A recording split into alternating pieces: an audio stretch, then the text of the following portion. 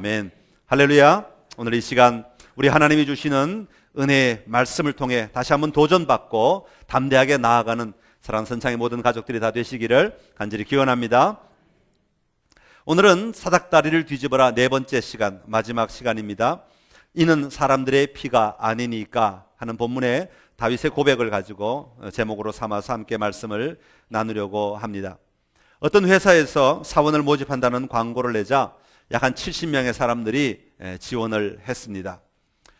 며칠이 지나서 이제 면접을 하는 날이 되었습니다. 입사시험을 치르는 날이 되었는데, 면접을 할 때 사람들에게 한 장의 종이, 조그만 종이 한 장씩만 나누어 줍니다.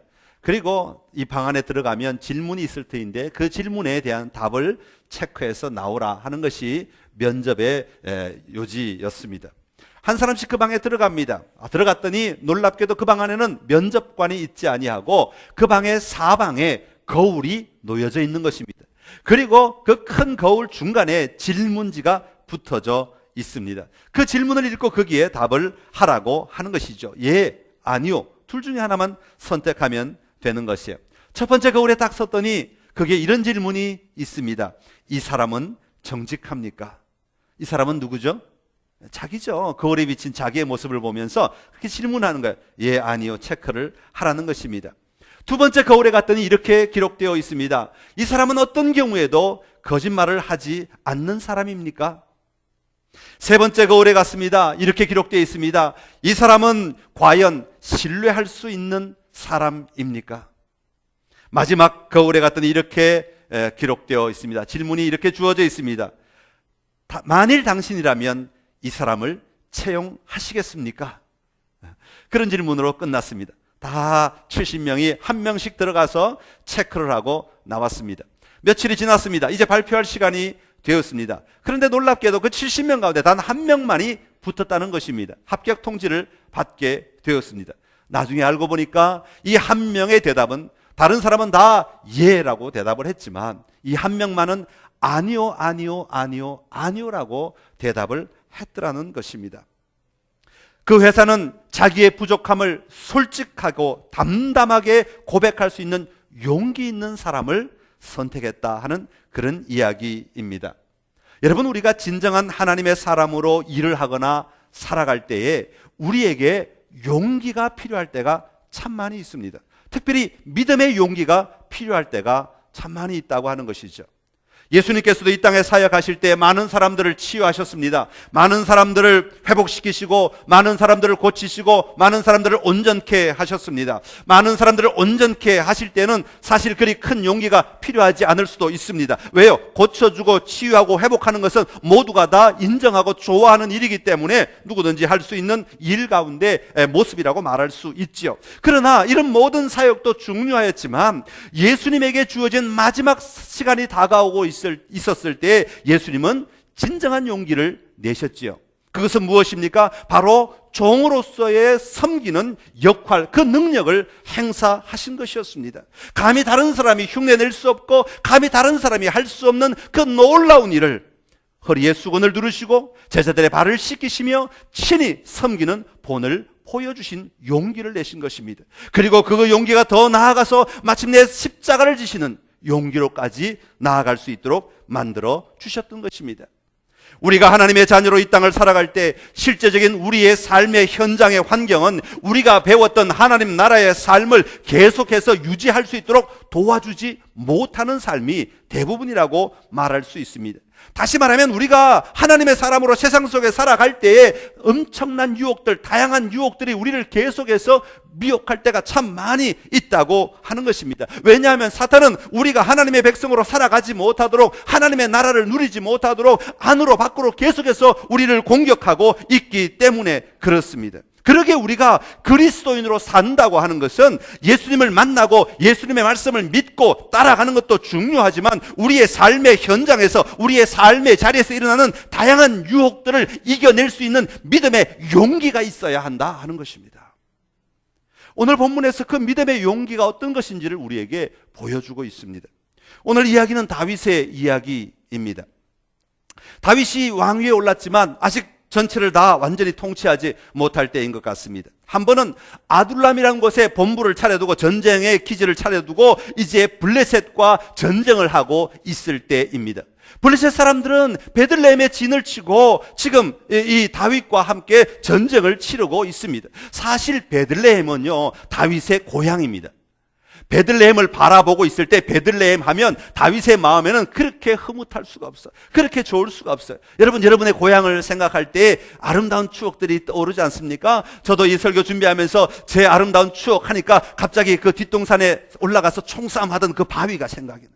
그 나무 밑이 생각이 나고, 그때 당시 굉장히 큰 강이라고 생각했는데 얼마 전에 가보니까 조그만 개울이더라고요.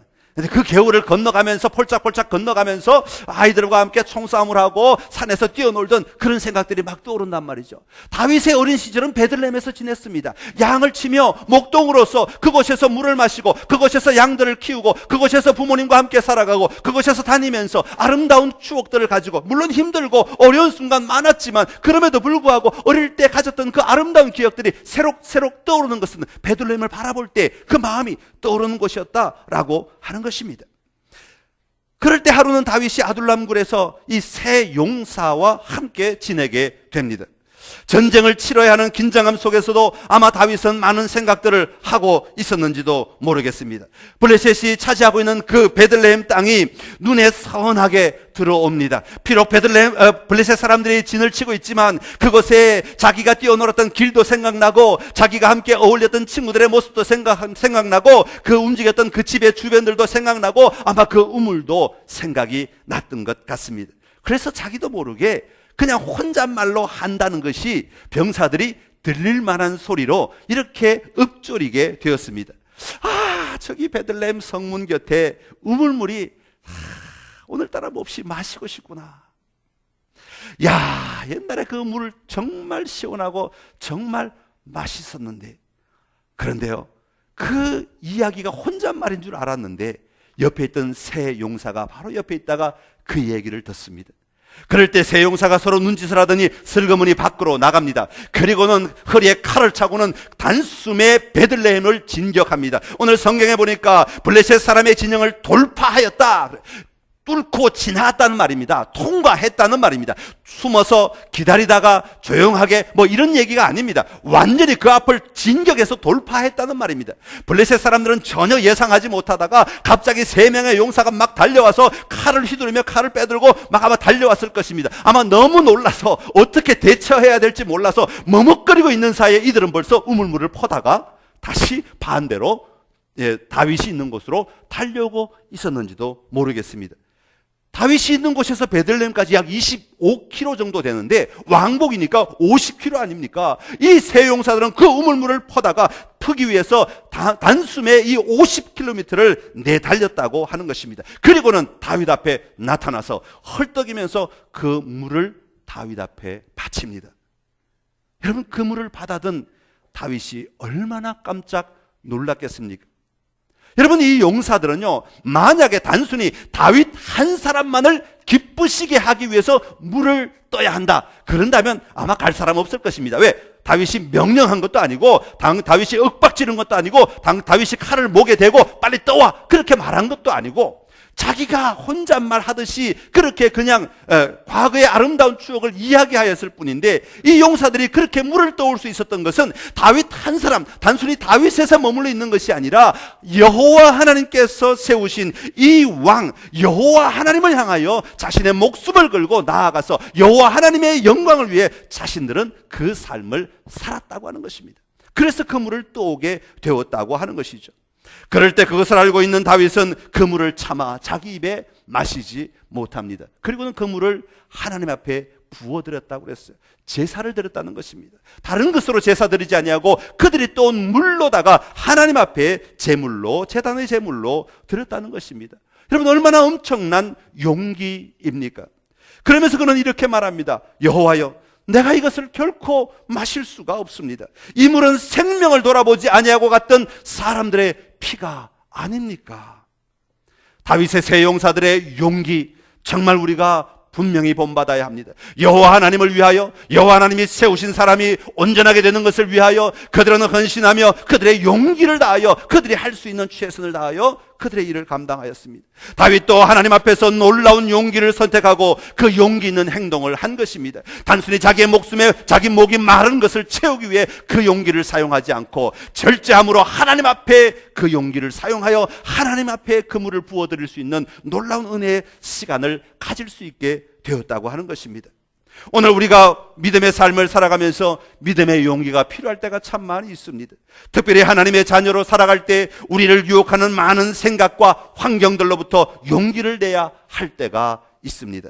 다윗의 삶을 통해 믿음으로 승리하는 삶을 살기 위해 오늘 우리가 분명하게 가져야 할 용기는 무엇인지를 오늘 본문을 통해 다시 한번 살펴보고 승리의 삶을 날마다 살아가는 선창의 모든 가족들이 되시기를 간절히 기원합니다. 자, 먼저는 그럼 무슨 용기를 가져야 되느냐? 내가 누구인지를 고백할 수 있는 용기가 우리에게 있어야 합니다. 내가 누구인지, 다시 말하면 나의 정체성을 분명하게 고백하게 될 때에 우리의 삶 속에서 어려움과 역경, 위험이 닥쳐도 우리는 넘어지지 않게 될 것이기 때문입니다. 오늘 본문의 이야기는 사실 1절부터 다 읽어야 우리가 이해가 될 수 있는 말씀인데요, 1절의 말씀 한번 같이 읽겠습니다. 23장 1절 말씀입니다. 이는 다윗의 마지막 말이라.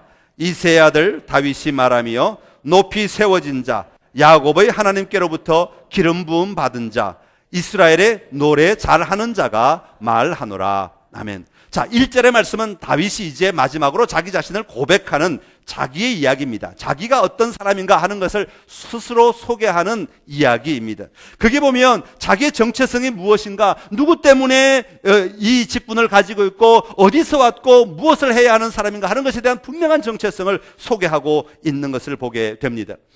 이새의 아들 다윗이 말하며 이렇게 말할 때 이새의 아들이라고 하는 표현은 다윗이 스스로를 낮추는 표현입니다. 왜냐하면 지금은 왕의 신분이기 때문에 이새의 아들이라고 말할 필요가 없습니다. 나는 왕으로서 이렇게 표현할 수 있습니다. 그럼에도 불구하고 그는 하나님 앞에서, 여호와 하나님 앞에서 엎드릴 수밖에 없는 존재임을 인정하고 하나님이 붙드신, 하나님이 선택하신 아주 작은 자 가운데 하나라고 하는 이새의 아들이라고 하는 표현을 사용하고 있는 것이죠.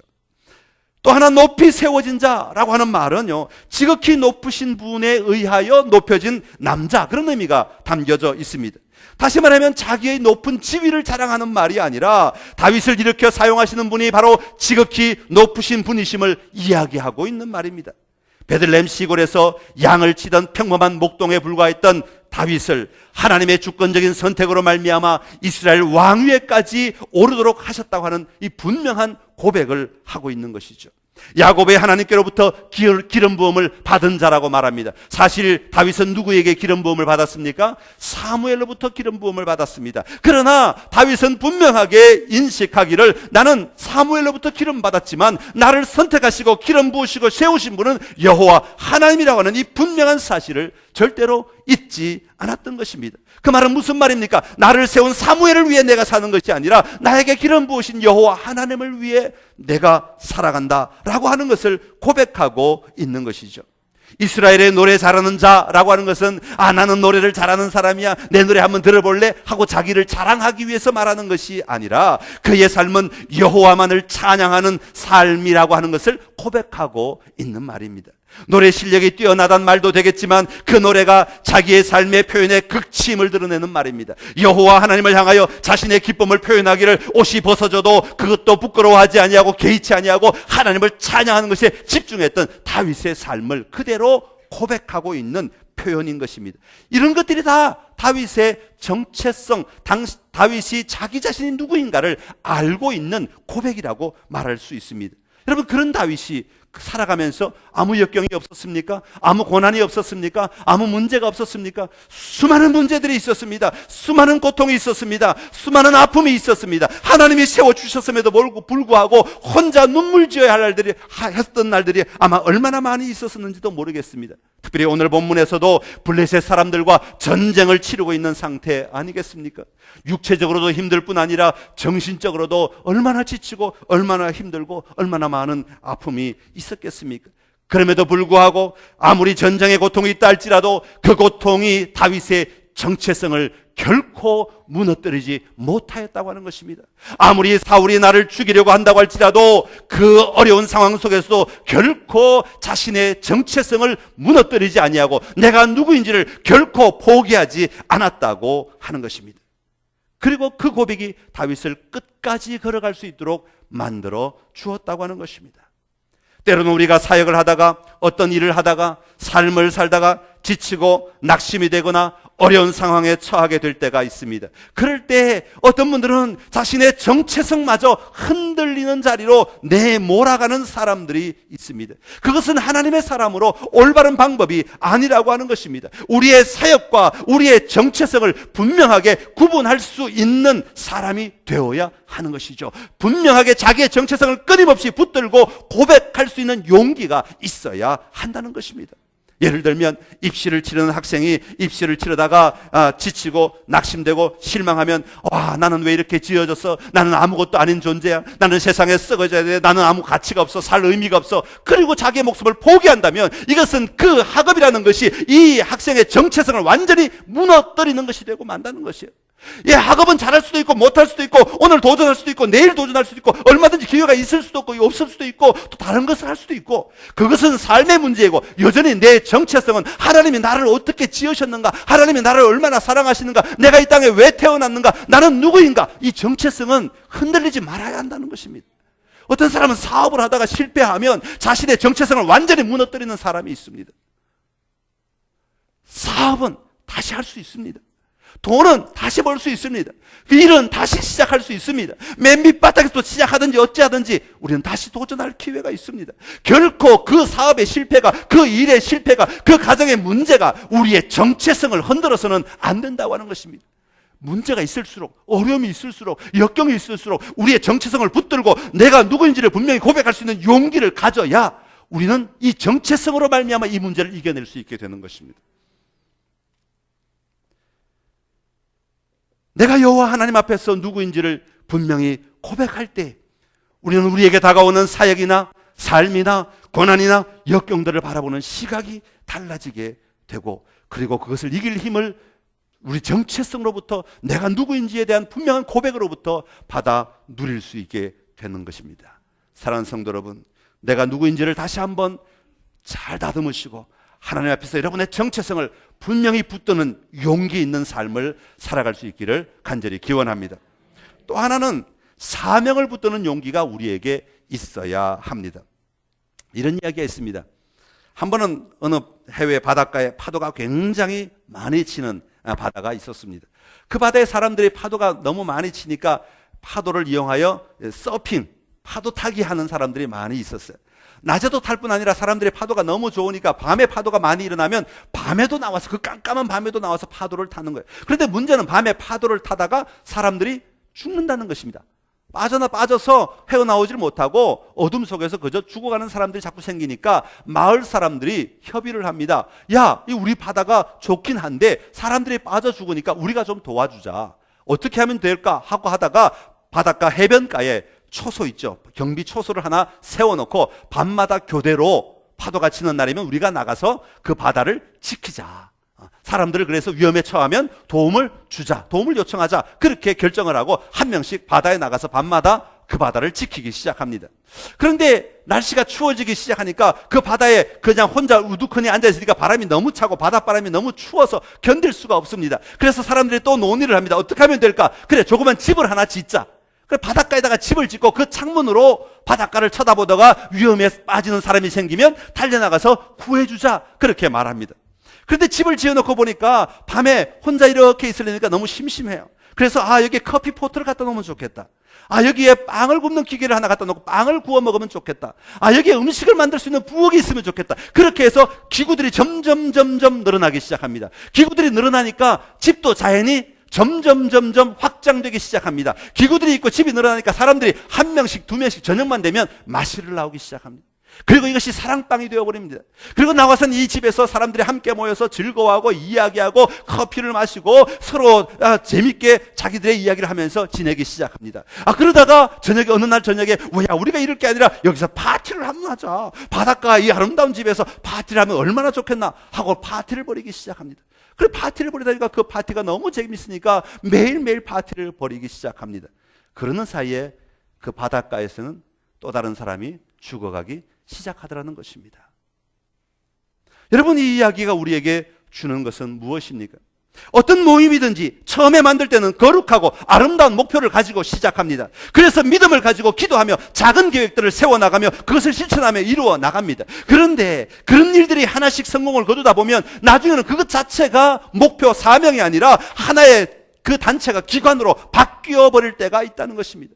다시 말하면 하나님의 일을 하기 위해 모인 단체가 시간이 지나면서 그 단체를 유지하기 위한 단체로 바뀌어지는 것이죠. 유지하기 위한 모임으로 바뀌어지는 것이요. 진짜 사역의 안건이 유지 차원으로 변화되어 버리고 마는 것입니다. 여러분, 교회도 그럴 수 있습니다.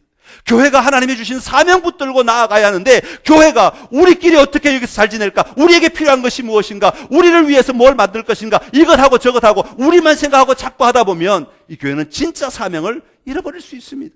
여러분, 가정도 마찬가지입니다. 여러분, 왜 결혼합니까? 두 사람이 모여 돈 벌면 더 잘 벌기 때문에 결혼하십니까? 아니면 집 지킬 사람이 필요해서 결혼을 하셨습니까? 두 사람이 사랑하고 가정을 통해 행복하고 그리고 그 행복을 통하여서 우리에게 맡겨진 사명을 감당하기 위해 살아가는 것, 이게 결혼의 거룩한 사명 아니겠습니까? 행복하게 서로를 세워가며 협력하는 것, 이것이 결혼의 사명을 이루기 위한 방법들 아니겠습니까? 그러나 살다 보면 그 사명이 변화될 때가 참 많이 있습니다. 그저 밥 해주는 것이 사명으로 바뀌고 그저 돈 벌어주는 것이 사명으로 바뀌어버리면 그 가정은 지금 잘못 가고 있는 것이죠.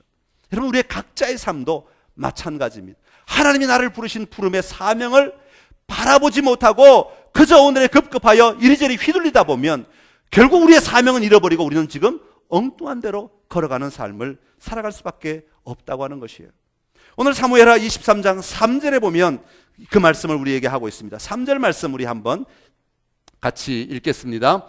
이스라엘의 하나님이 말씀하시며 이스라엘의 반석이 내게 이르시기를 사람을 공의로 다스리는 자, 하나님을 경외함으로 다스리는 자여. 아멘. 다윗은 지금 자신에게 주어진 자기가 다스리는 자로서 어떠한 사명을 가져야 되는가 하는 것에 대한 분명한 고백을 하고 있는 거예요. 그 고백이 뭐냐 하면 위로는 하나님을 경외하는 삶을 살아야 하고 그리고 아래로는 사람들을 공의로 통치하는 삶을 살아야 한다라고 하는 것이 이 다윗이 가지고 고백하고 있는 사명이었던 것이죠. 사실 공의는 하나님의 속성 아닙니까? 사람은 절대로 완전한 공의를 실행할 수가 없습니다. 그럼에도 불구하고 우리가 추구하며 나아가야 하는 삶은 공의를 이루며 나아가려고 하는 삶을 살아야 하는 것이죠. 이것이 하나님께서 다윗에게 주신 사명이었습니다. 하나님을 따르지 않는 왕들은 자기 소견에 옳은 대로 행하였더라. 사사기에 보면 그렇게 말하고 있죠. 그런 세상 속에서 하나님이 우리에게 주신 사명을 붙들고 살아가기 위해서는 믿음의 용기가 필요하다고 하는 것입니다.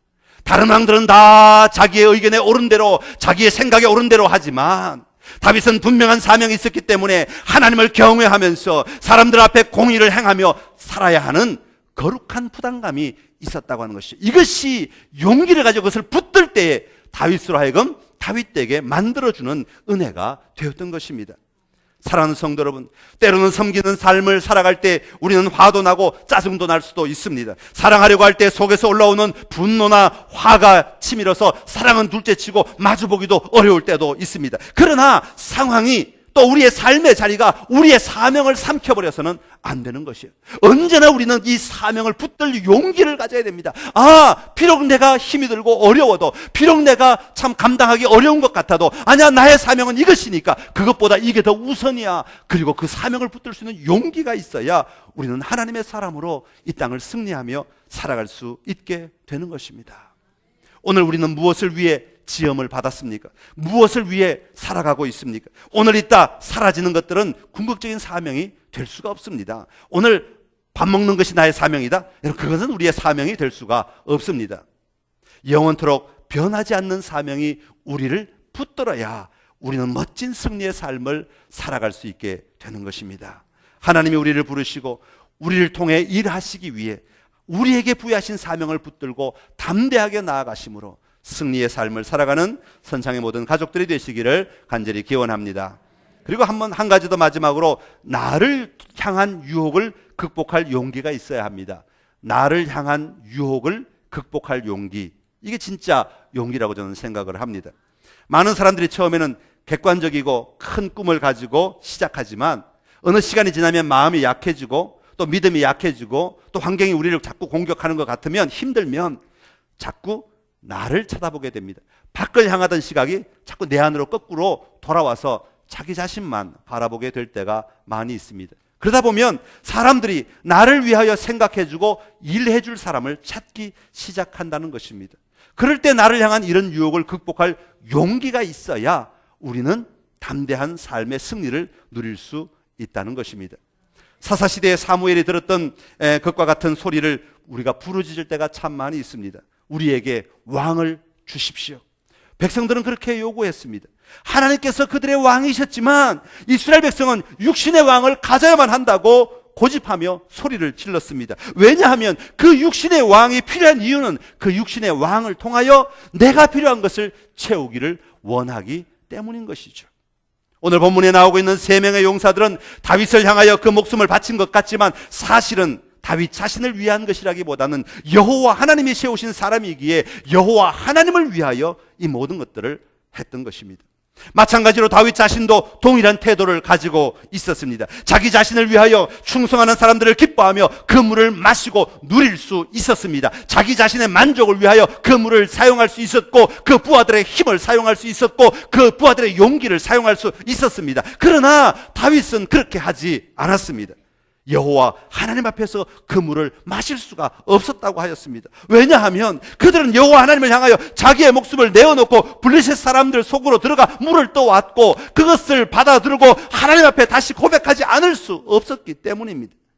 부하들의 목숨을 담보로 하여 자기 개인의 목마름을 채우려 했다는 것은 자이든 타이든 간에 다윗은 스스로를 용납할 수가 없었던 것입니다. 그래서 그는 이렇게 고백하지요. 여호와여, 내가 나를 위하여 결단코 이런 일을 하지 아니하리이다. 이는 목숨을 걸고 갔던 사람들의 피가 아니니까. 사랑하는 성도 여러분, 오늘 우리의 삶에 이런 유혹들이 있습니다. 내가 섬길 때도 궁극적으로는 몸은 섬기고 있는 것 같지만, 다른 사람을 보고 있는 것 같지만 내 안에는 나를 바라보고 있는 경우도 있습니다. 내가 다른 사람을 위해 일할 때에도 다른 사람을 위해 일한다고 겉으로는 그렇게 보일지 모르지만 내 속으로는 나를 위해 일한다고 말할 때가 있을 수도 있습니다. 이것이 바로 나를 위한 왕을 달라고 하는 그 외침과 다를 바가 전혀 없는 모습입니다. 많은 사람들이 예수님께 자신들을 위한 왕이 되어달라고 얼마나 많이 소리 질렀는지 모릅니다. 왜요? 예수님이 왕이 되어 주셔야, 육신의 왕이 되어 주셔야 누가 이익을 봐요? 내가 이익을 보기 때문에, 내가 자유를 누리고 내가 기쁨을 누릴 수 있기 때문에 육신의 왕이 되어달라고 외쳤던 것이죠. 그러나 예수님은 그 유혹을 이기시고 십자가를 지셨던 것입니다. 십자가를 지심으로 온 인류를 위한 왕의 왕이 되어 주셨습니다. 오늘 우리에게도 이런 용기가 있어야 합니다. 나를 위한 사람만을 찾으려는 유혹을 이겨내고 여호와 하나님을 바라볼 때 나를 드리며 살아갈 수 있게 되는 것입니다. 오늘 우리의 삶 속에 나도 모르게 잘못 올라가고 있는 사닥다리가 있다면, 세상 사람들이 올라가니까 나도 같이 따라 올라가는 사닥다리가 있다면 우리는 주님의 말씀에 의하여 뒤집어야 합니다. 나의 개념, 나의 마음, 나의 목적, 나의 삶의 태도를 다시 바라보고 하나님이 기뻐하시는 삶으로 승리하는 그 승리의 자리로 우리가 나아가야 합니다. 지난 4주 동안 사닥다리를 뒤집으라 라고 하는 제목으로 주제를 가지고 말씀을 드렸습니다. 너희 중에는 그렇지 아니하니. 세상은 권력형 리더십을 요구하지만 우리는 섬김의 리더십을 가져야 된다. 섬기는 것이 무엇인지를 우리가 다시 발견해야 된다고 말씀을 드렸습니다. 서로 사랑하라. 나만 중요한 것이 아니라 우리 모두가 다 중요하다. 삼일체 하나님이 함께 사역하신 것처럼 우리도 서로라는 개념을 절대로 놓쳐서는 안 된다 하는 것이죠. 가라, 이 사람은 택한 나의 그릇이라. 나만 은사를 받고 나만 소명받은 사람이 아니라 나와 다르고 나와 모습이 다르고 형태가 달라도 그 사람도 하나님의 부르심을 받고 하나님이 사용하시는 사람임을 인정하기 시작할 때 우리의 태도가 달라지기 시작하고 우리의 관계가 달라지기 시작하는 것입니다. 이는 사람들의 피가 아니니까 우리가 하나님의 사람으로 승리하는 삶을 살기 위해서 매 순간순간 믿음의 용기가 필요합니다. 오늘 여러분의 삶 가운데 이 믿음의 용기를 소유하심으로 담대하게 하나님의 사람으로 승리하는 귀한 삶을 살아가시기를 간절히 기원합니다. 기도하겠습니다. 참 좋으신 우리 하나님 아버지, 은혜를 감사합니다. 오늘 다윗의 삶을 통하여 우리가 가져야 되는 믿음의 용기들에 대해서 듣게 하시니 감사합니다. 다시 한번 우리가 가져야 될 용기가 무엇인지를 분명히 보게 하여 주시옵시고 하나님의 사람으로 승리하는 삶을 살아가게 하여 주시옵소서. 내가 누구인지를 고백할 수 있는 용기가 있기를 원합니다. 나의 정체성을 분명히 붙드는 용기, 절대로 포기할 수 없는 용기를 가지고 나아가게 하여 주시옵소서. 아버지 하나님이여, 우리의 삶의 자리에 언제나 하나님이 사명을 주시고 그것을 바라보고 나아가라고 말씀하시는 줄로 믿습니다. 사명을 끝까지 붙드는 용기를 우리에게 허락하여 주시옵소서. 아버지, 또한 나를 향한 유혹을 극복할 용기가 있어야 되겠습니다. 우리는 언제나 나를 위한 왕을 세워달라고, 나를 위한 왕을 달라고 요구할 때가 참 많이 있습니다. 그러나 우리 주님은 우리가 분명하게 여호와 하나님을 나의 왕으로 모시고 우리가 다른 사람을 위하여 섬기며 헌신하며 나아가는 삶을 살라고 말씀하시는 줄로 믿습니다. 아버지, 이 용기를 잘 가짐으로 하나님의 사람으로 승리하는 주의 백성들이 다 되게 하여 주시옵소서. 예수님의 이름으로 기도드리옵나이다. 아멘.